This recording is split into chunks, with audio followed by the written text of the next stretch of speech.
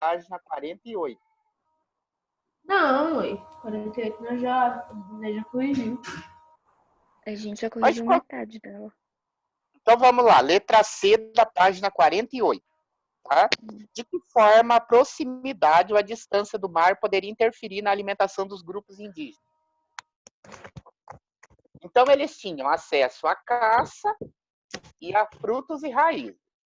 Mas os que estavam próximo do mar, eles também podiam acrescentar nessa dieta alimentação deles os peixes e os frutos do mar, coisa que os tribos que estavam no interior já não tinham acesso, tá? Assim, caçar e coletar frutos e raízes, todos os índios faziam. Mas os que estavam próximo do mar, além dos frutos e das raízes, também eles tinham o quê? O peixe e os frutos do mar. Foi isso que vocês colocaram aí? Uhum. Foi. Quase isso. Tá. Mas nesse sentido, né? Então, vou repetir novamente, para quem não fez aí. Todos os índios coletavam e caçavam, mas os que moravam próximo do oceano, do mar, ou mesmo próximo de rios, tinham acesso a peixes.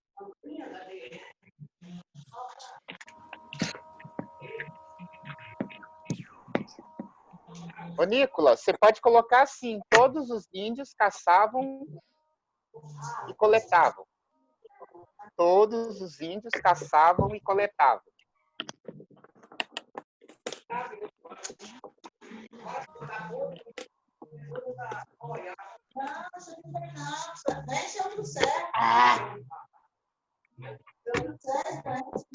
Todos os índios caçavam e coletavam. Porém, os que moravam próximo dos rios e do mar.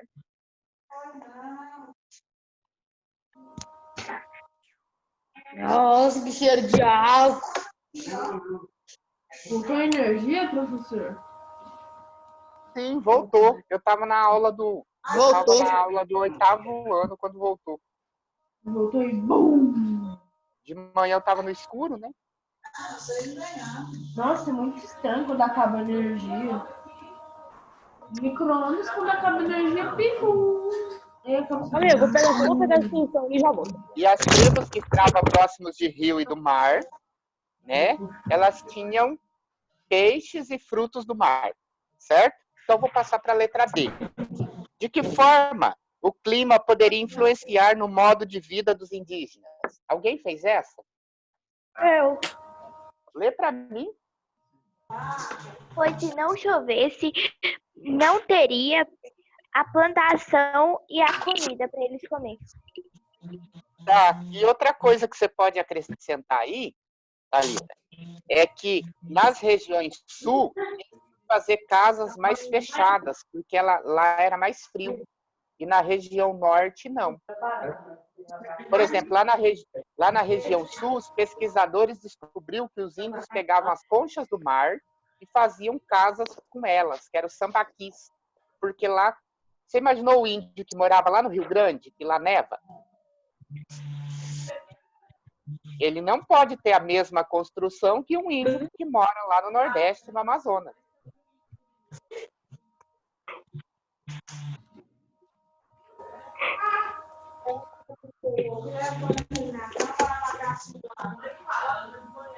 Então, os índios que moravam em território de clima quente, né,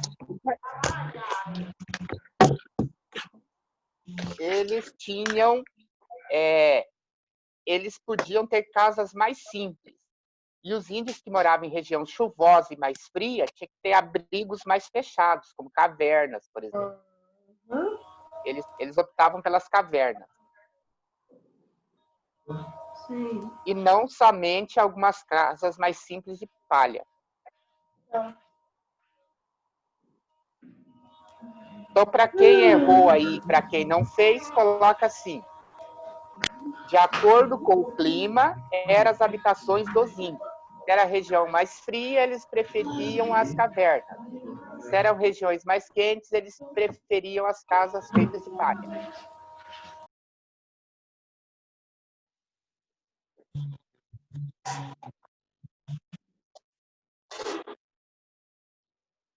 Mais calor, eles preferiam o quê? As casas feitas de palha. E aonde era mais frio e mais chuvoso, geralmente eles procuravam as cavernas.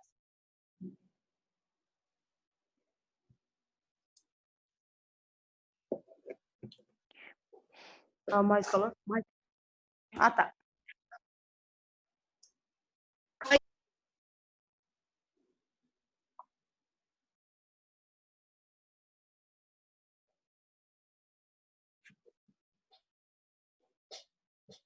Pronto? Deu certo para todo mundo?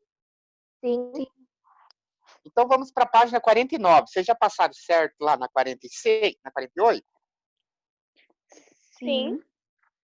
Pessoal, eu vou ler o texto da página 49 para a gente poder responder as questões. Então vamos lá, presta atenção na leitura do texto. Outras visões antes consagradas têm sido criticadas, como a que afirma que nas sociedades caçadoras e coletoras há necessidade de uma divisão de tarefa por sexo. Ou seja, o homem é caçador e a mulher é quem faz a coleta. Por isso, o homem é hierarquicamente superior à mulher. Essa imagem contradiz os resultados de estudos, tanto de comunidades indígenas vivas como de passado, que mostram que em muitas delas as mulheres cabiam múltiplas funções, e não só as chamadas domésticas. Elas revelam a existência de grupos indígenas em que a posição da mulher é proeminente. Basta lembrar que quando chegaram ao Amazonas, os colonizadores encontraram mulheres guerreiras, que chefiavam suas tribos. Por isso deram a elas o nome de míticas lutadoras gregas antigas chamadas de Amazonas. Tá ok, pessoal? Então, olha só. Se a gente analisar essa questão que se coloca de que a mulher cuidava da lavoura, plantava, colhia e coletava, e cuidava das crianças e fazia comida, não é geral para todas as tribos indígenas. Né? Porque quando os colonizadores chegaram no Amazonas, eles encontraram tribos inteiras com mulheres guerreiras. Inclusive, tinha mulheres que lideravam as tribos. E eles deram nome para essas mulheres de um grupo de mulheres que tinha lá na Grécia, né, no mundo grego, que eram as guerreiras amazonas. Por isso, eles chamavam de tribos de mulheres guerreiras amazonas. Certo? Então, essa ideia de que a mulher indígena coleta e faz comida e cuida de criança, não é bem assim. Tá? Tem muitas mulheres que lideravam tribos e que eram excelentes guerreiras. Tá? Então, vamos lá. Letra A. Que tipos de atividades tradicionalmente atribuídas aos homens eram praticadas pelas mulheres? A guerra. A guerra. Totalmente a guerra. Ou seja, porque na visão de quem não conhece, é só o homem indígena que participava das guerras. E pelo contrário, lá na Amazônia nós tínhamos tribos de mulheres guerreiras. E se você mexesse com elas, já sabe, né? Elas passavam o cipó. Dava uma surra de cipó.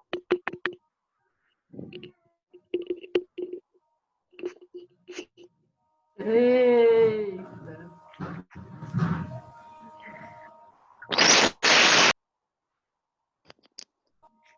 Você imaginou, o Juliano tá lá na Amazônia. Aí o Juliano vê uma mulher indígena e fala assim para ela: você não sabe lutar. Aí ela amarra o Juliano no cipó, né? E pendura o Juliano na árvore.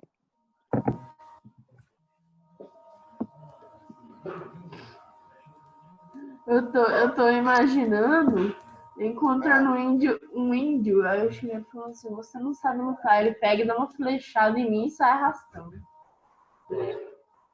Então vamos, letra B.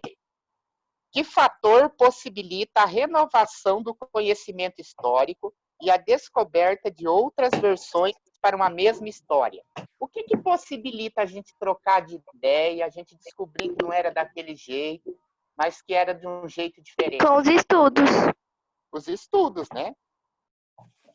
Cada vez os pesquisadores encontram coisas novas, fazem mais estudos acerca de um tema e a gente vai descobrindo coisas novas. E vai mudando a ideia. Conforme a gente vai conhecendo, né? Principalmente para quem gosta muito de leitura, né? Quem lê muito, cada dia se renova, conhece mais, né? Muda os conceitos. A pessoa que lê mais, ela é menos preconceituosa, porque você sabe que preconceito é falta de conhecimento. Então, as pessoas... É como se fosse uma luz. A pessoa vai ficando mais brilhante, mais iluminada. Nossa, dá vontade de matar aquele Até se tornar um pessoa que diamante. dá vontade de matar a pessoa que é preconceituosa. E a pessoa que não procura conhecimento, ela é igual uma pedra, ela vai criando um lodo. Né? Vai criando uma casca e ela se fecha ali, ó, e não tem brilho nenhum. Igual o pessoal lá dos Estados Unidos. Chegou um negro lá perto dos policiais, o policial já mata. Não é assim também, né, Juliana? Não, se for Não é preconceituoso, assim com mata. todos. Tem casos, né, como aconteceu. Que a maioria de policiais mata. O Quando vê, preconceito mata. existe em todas as sociedades, né? Indiferente É, que ele mas seja, da forma que ele se apresenta, mas ele existe. mas nesse ponto, eu acho que o Brasil, nesse ponto, é melhor que os Estados Unidos. Não, na questão do negro, o Brasil é mais maleável que os Estados Unidos. O brasileiro acolhe. Mas também tem muita gente preconceituosa também, racista. Muita gente besta no mundo, né? Toda sociedade vai ter. Sabe aquela pessoa, eu não gosto disso, eu não aceito isso, né? Então sempre vai. Sabia que pode ter a Terceira Guerra Mundial? Pode. Por causa Teve a segunda, pode ter a terceira. Ó, a segunda já aconteceu por causa do preconceito. Então vamos para a letra C. No caso do estudo sobre os grupos indígenas brasileiros, que áreas do conhecimento têm um papel importante no avanço do conhecimento histórico? São duas áreas específicas que ajudam a desenvolver o conhecimento da história. E quais são elas? É a arqueologia e a antropologia. A arqueologia estuda os restos de cerâmicas, fogueiras e de vestígios deixados pelas sociedades antigas. E a antropologia estuda o comportamento desses grupos. Como que eles se comportavam, como que eles se organizavam, o que tem sentido para eles ou não na cultura deles.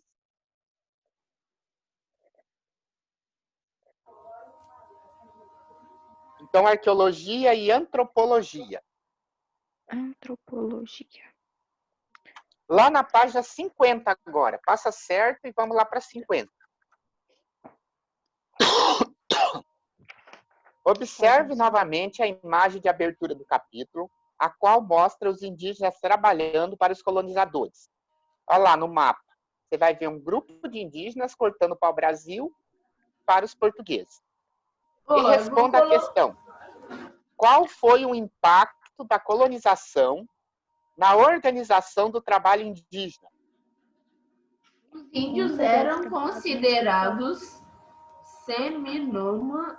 seminômades e na organização das aldeias. Não, eu quero saber qual que foi a influência do colonizador, o que mudou na sociedade indígena com o contato com o colonizador. Pode falar, cara. Antes eles trabalhavam para si próprios, mas agora eles têm que trabalhar, tipo, para os outros. Para os portugueses. Porque eles são obrigados a isso. Sim. E outra coisa, né, pessoal, que é o importante, é a questão que o índio trabalhava para suprir as suas necessidades e não para acumular igual os portugueses. Porque nós, se a gente tiver a possibilidade de produzir alguma coisa, a gente já pensa assim, nossa, se eu produzir mais, eu posso vender, ganhar dinheiro e ficar rico. E o índio não tem essa mentalidade. O índio, se ele vê 10 cachos de banana, ele vai pegar um para distribuir com a tribo dele. Nós não, se a gente vê 10 cachos de banana, a gente fala, nossa, eu vou fazer um doce, eu vou levar para casa e o restante eu Ainda vou ver. perde ainda. Ainda perde E o mais 2 restante eu vou cachos. falar, nossa, eu posso pegar tudo isso aqui, que eu vou lá na cidade, eu vendo tudo e vou ganhar um bom dinheiro. E não vende. Né? Então, o que mudou mesmo foi a ideia de que o índio trabalhava para suprir as suas necessidades e o colonizador para acumular. Eu tenho medo de ver índio. Porque se eu ver índio, ou o índio me mata, ou o índio sei lá. Né? É sério, o que acontece se ver um índio? Não entendi, Juliana. O que acontece se ver um índio, igual você tá falando? Depende do índio. A maior parte das tribos indígenas, elas são normais como a gente, assim, ó, não tem diferenciação. Agora, tem algumas tribos indígenas no Brasil, acho que tem 3 tribos indígenas que ainda não viram o homem branco. Elas são isoladas. Se vê homem branco, eles comem. Aí eles vão achar diferente, né? Mas tem muitas que já são urbanas. Tem tribos, por exemplo, que estão dentro de cidades. Então, você não fica esperando. Qual que é a decepção das pessoas hoje em dia quando vê um índio? Acho que ele vai estar pelado, com uma peninha, né? E nem todos os índios são assim. É verdade. Só as crianças, né? As crianças a criança índia, ela não costuma usar muita roupa, não. Porque se você imaginar, Eu só uso um negócio assim, ou um negócio pintado aqui, o resto é.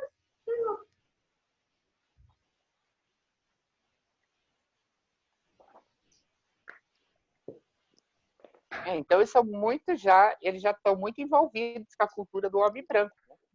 Por exemplo, lá no Amazonas, nós temos a tribo dos Yanomami, que eles são uma tribo muito rica. Eles exportam madeira da floresta amazônica. Eles aprenderam com o branco ensinou, eles aprenderam. Né? Se o branco pode cortar e pode contrabandear e pode explorar, eles também podem. Por que não? Né? Qual que é a diferença? Se nós roubamos, por que eles não podem também, né? Antigamente eles não tinham essas ideias, mas a gente ensinou. Agora fazer o quê? Mas eles precisam mais do que a gente, né? Eles não têm cimento, sabe? Eles não são igual a gente. Se você for lá para as tribos indígenas que ficam no Amazonas, no Pará, nem todas as tribos ainda moram em casas de palha. Já tem tribos de que madeira. são madeira ou de alvenaria. Tem tribos que têm conjuntos habitacionais como se fossem casas nossas, como se fossem os nossos bairros. Eu acho que as tribos não desmatam mais do que a gente, não. Porque, assim, eles pegam... Não. Se você for contar o número de avanço da agricultura e da pecuária sobre a floresta amazônica, é muito maior. Os indígenas eles têm um impacto ambiental muito menor do que o homem branco. O homem branco já coloca motosserra, já corta as árvores, já ara o solo, já planta grama, já coloca gado. Ele não planta de novo, não? Eles plantam, mas eles têm as áreas para plantio. Eles não precisam cortar toda a floresta. Eles só plantam o suficiente para sobreviver. E algumas tribos plantam comercialmente para vender também, porque aprenderam com o homem branco. Mas só que os índios, eles não plantam de novo. Plantam, sim. Tem índios que têm agricultura normal como as nossas. É igual eu falei, eles aprenderam com os homens brancos. Pessoal, nós temos 13 minutos só, então vamos lá para a página 52. Nós temos 3 questões lá, letra A, B e C. Realize uma pesquisa e responda as seguintes questões. Segundo os indígenas brasileiros, quais eram as causas das doenças? Eles acreditavam que uma espécie de um castigo. Eles acreditavam que existe um espírito maligno que tomava conta da tribo e que as pessoas começavam a adoecer e morrer. As crianças não nasciam direito. Logo, quando nasciam, elas ficavam muito fraquinhas e morriam. Os idosos morriam mais rápido. Mas isso era por quê?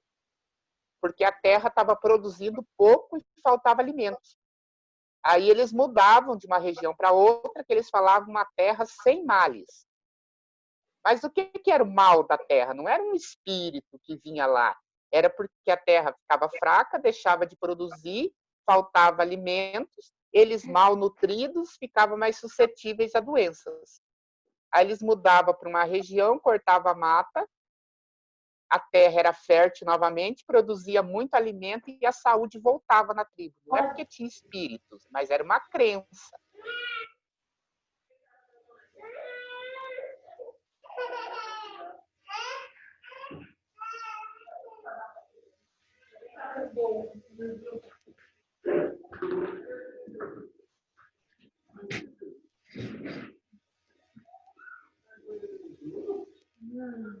Então, segundo os indígenas brasileiros, qual que eram as causas das doenças? Espíritos malignos Maligno. que podiam, né, destruir a tribo. Mas, na verdade, era o quê? Era a terra que produzia pouco e faltava alimento e as pessoas ficavam mais doentes. Ô tio, Oi. desculpa eu sair do nada aqui, é que minha irmã puxou o computador do meu pai, eu fui correndo pegar. Ah, sua irmã já está andando, Juliana? Tá. Pegando os fios já. Correndo, não tá andando, tá correndo.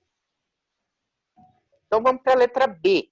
Quais eram as principais plantas utilizadas por eles com finalidades medicinais? Quais são as propriedades dessas plantas? Pode-se afirmar que as plantas mais utilizadas pelos povos indígenas com o intuito de promover tratamento. Exatamente, né? Eles utilizavam uma variedade enorme de plantas. Não dá para citar todas as plantas aqui, né? E eles usavam essas plantas para fazer rituais religiosos e para fazer chás, né? Ou então para fazer infusões para tomar como remédio, curar as doenças. Inclusive, até hoje, né, muitos pesquisadores vão morar em tribos indígenas para aprender as plantas para poder pesquisar e fazer remédio.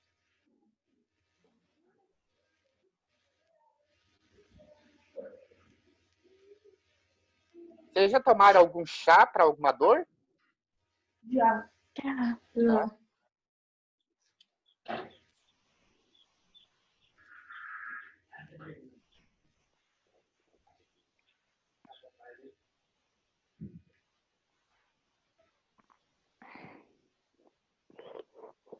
Tem um chá que é muito bom, que chama chá de varinha, para acabar com a preguiça, para Chá de fazer as bambu. atividades.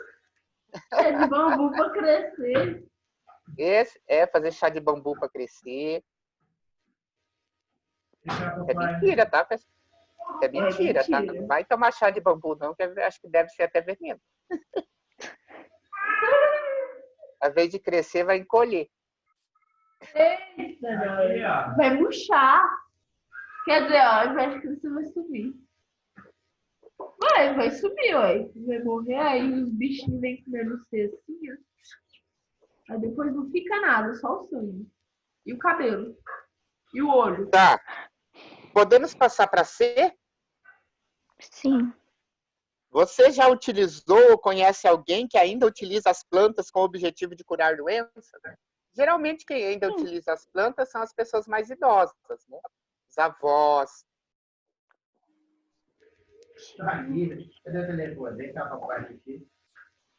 Então, Geralmente, as pessoas mais novas têm deixado essa cultura das plantas medicinais mais de lado. As pessoas mais idosas ainda têm um hábito muito grande, né? De utilizar chás, de fazer benzimento. Ai, minha mãe adora me levar pra benzer.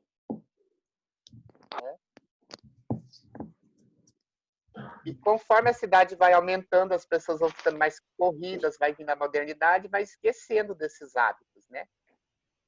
Nas cidades do interior é mais fácil você encontrar pessoas que ainda fazem chás, que vendem aqueles remédios nas garrafas, que chama garrafada. Aqueles. Toma, garrafa. Tem aqueles negócios de mel, parece mel, que é um negócio meio marrom. Ah, É um remédio de gripe. Vende perto da igreja, perto de uma igreja lá. hoje em dia, Já se você viu? chegar num lugar e pedir uma garrafada, eles te dão uma garrafada mesmo, né? Nem sabe o que é. Ó, se Cuidado aí pedir na um hora. coffee, se pedir um Cuidado. coffee lá nos Estados Unidos, você ganha uma tosse. Cuidado que vocês vão comprar essas garrafadas e vai chegar e pedir a garrafada, a pessoa vai te dar uma garrafada. Ó, é que a professora chegou e falou assim pra mim, pra todo mundo, né? Se você pedir um coffee, é porque coffee é tosse e coffee é Tosse. café. Café. Ela chegou e falou assim, ó, se você pedir um coffee, você vai pedir uma tosse. Vai pedir uma tosse. Ah, Eu cheguei e falei assim, então você ainda pega corona. Pessoal, então passa certo lá na página 52 e vamos lá para a página 54, que a gente ainda tem 7 minutos. Eita! Lá nas 50, e nós precisamos terminar todo esse conteúdo nessa semana. De acordo com seus estudos sobre os povos indígenas do Brasil, elabore um texto em que constem as seguintes palavras ou expressões: índio, troncos linguísticos, tupiniquim e agricultura. Ô, se você estiver usando o computador, tem que compartilhar sua tela com a gente. Tipo assim, você entra num negócio lá branco, é tipo uma lousa, sabe? Aí você entra lá e fica um negócio branco, assim, aí tem um negócio pra escrever. Aí escreve como se fosse uma lousa. Já vai escrever no cabeçalho? Já, tio? Já. Eu não vou colocar. Eu não vou. Ah, deixa, vai.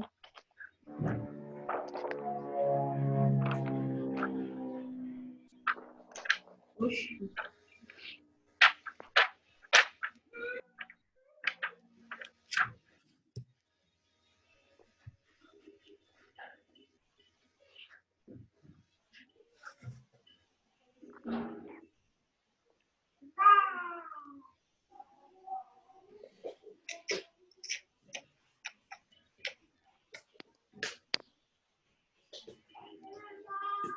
Pessoal, então como que a gente pode colocar lá? Eu vou fazer um resumo bem breve. Pode ser? Tá bom, peraí, eu tô terminando o cabeçalho aqui, rapidão.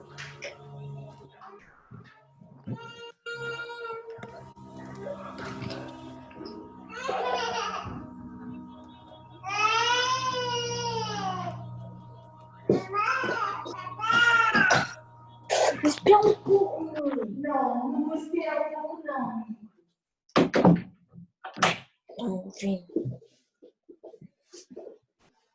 Então pode colocar assim: quando os portugueses chegaram no Brasil, o Nicolas é a número 1 da página 54, tá? Quando os portugueses chegaram no Brasil.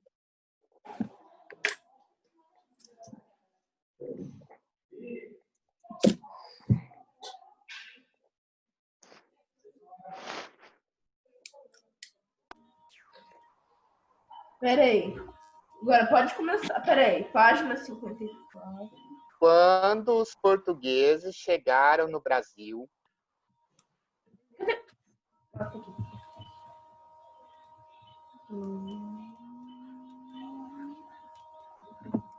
tiveram contato inicialmente com os tupiniquins. Peraí, quando os portugueses Chegaram no Brasil, tiveram contato inicialmente com os tupiniquins.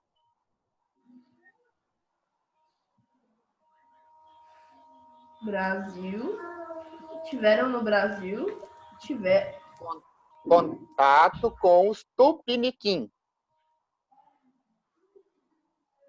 Ou seja, foram os primeiros índios que eles entraram em contato. Eles estavam no litoral.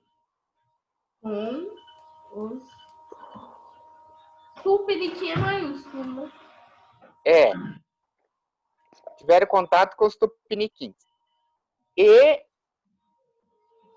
encontraram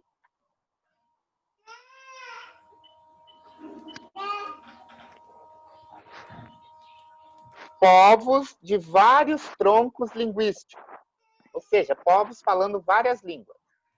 E encontraram povos de vários troncos linguísticos.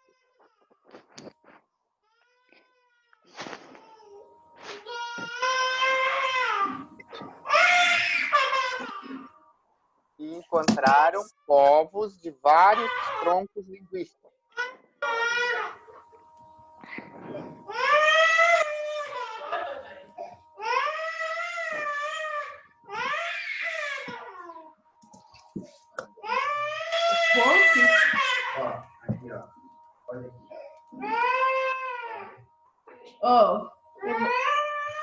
Encontraram povos de vários troncos linguísticos que praticavam a agricultura de subsistência. Ou seja, eles praticavam um tipo de agricultura que era uma agricultura para suprir a necessidade de alimentos e não para vender. Praticavam a agricultura de subsistência.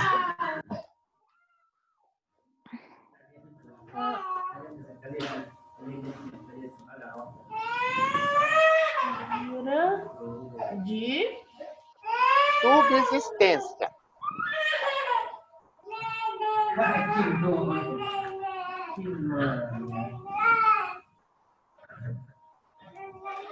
Pronto? Pronto. Questão número 2. Pera aí, tio, eu vou fazer a margem aqui que eu não fiz aqui.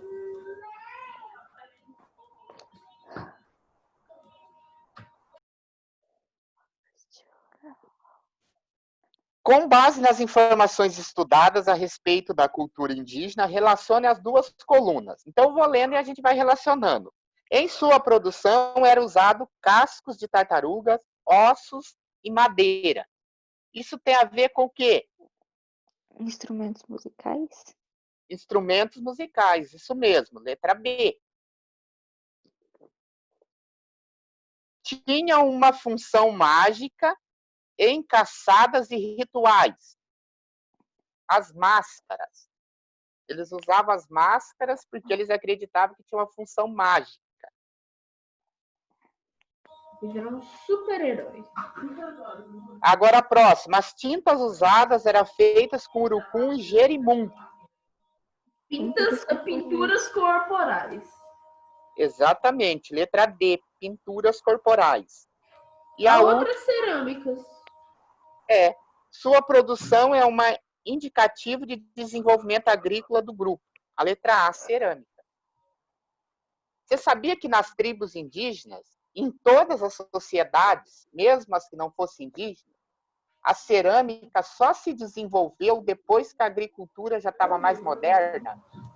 Porque com a modernidade da agricultura, os povos antigos, eles precisou de menos pessoas para fazer agricultura. Um grupo menor de pessoas conseguia produzir os alimentos para a tribo. E aquelas pessoas que ficaram sem trabalho, elas começaram a praticar a arte da cerâmica. Então, somente tem cerâmica nas tribos que já tem uma agricultura mais desenvolvida, porque parte da população que não precisou ir para o campo se dedicou à construção desses utensílios, certo? Agora, a questão número 3.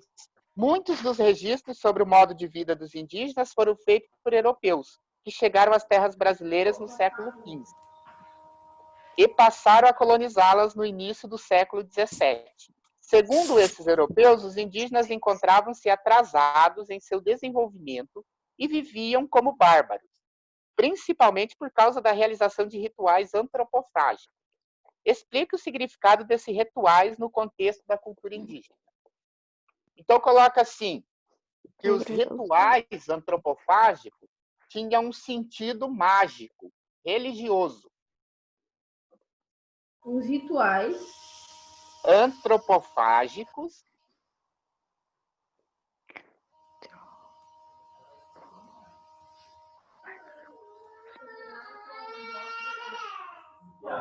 tinham um sentido mágico e religioso.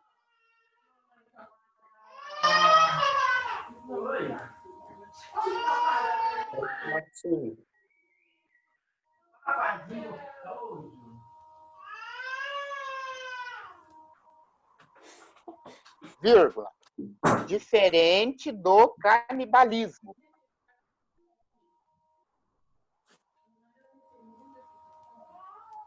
Diferente do canibalismo.